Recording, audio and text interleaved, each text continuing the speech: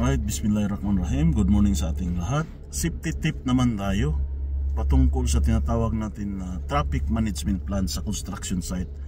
Una-una, dapat number 1, planning and risk assessment. Kasama na dyan yung pagkandak ng traffic management plan. Mayroon tayong approved traffic management plan. I-assess natin yung vehicle types and movement ng vehicle. Then, separate people or workers and vehicle designated route, yung daanan. Then of course during plan we need to plan for peak times, yung peak hour. So dapat mayroon tayong lalo na yung mga deliveries, mga material deliveries, kung saan at anong oras ang dapat ng para hindi magiging congested ang isang area or ang construction site. Then mayroon tayong emergency access na dapat. So ensure itong emergency access na to ay lahat ng emergency vehicle ay open ito, na freely sila makapasok kaagad in case of emergency. Number 2, yung tinatawag natin na site layout. Yung site layout and design, dapat may one-way system tayo, may clear signages tayo, mga traffic signages, and adequate lighting para sa mga route na especially during nighttime, speed control limit, so isa yan. And then barrier and guardrail sa bawat area. Then of course number 3, yung tinatawag natin na vehicle and equipment safety. So dapat mayroon tayong pre-use inspection para sa mga iba't ibang vehicle, equipment. Then reversing alarms and cameras if ever ma-install yan.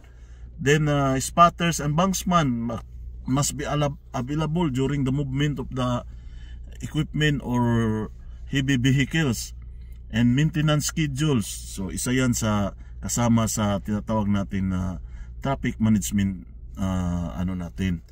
So number 4, yung pedestrian safety. Isa yan, yung magkaroon tayo ng designated walkways separate doon sa daanan ng mga vehicles or mga equipment. Then crossing points, okay, use zebra crossing or gates at high traffic areas. Mayroon tayong tinatawag high visibility PPE na dapat suot ng mga personnel natin or mga workers natin na tinatawag reflective vest na tinatawag. Then of course training, all workers must be trained, the vehicle and equipment operators. And then number 5, yung tinatawag natin communication and condition. Isa na dyan yung inductions. So dapat all workers coming or they are going to work at site, they must undergo a safety induction.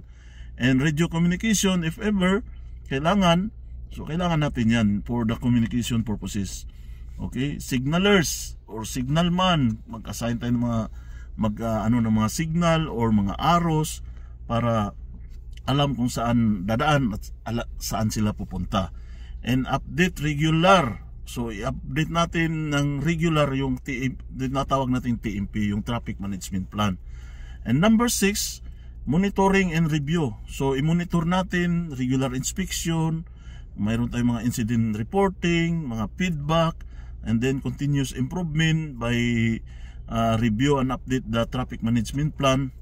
So that's it, simple safety tips with regards of traffic management plan in construction site. Thank you. Don't forget to subscribe, share this tinatawag natin na mga safety tips para mag-benefits naman yung mga iba natin na mga kababayan, lalo na yung mga aspirants natin o mga aspirant na nangangarap na magiging safety professional. So ito lamang, hanggang dito na lamang. At maraming salamat sa ating lahat. Shout out sa lahat ng mga Filipino Association of Safety Professionals Incorporated. Shout out sa lahat ng mga members natin. And maraming salamat sa patuloy na pagsuporta.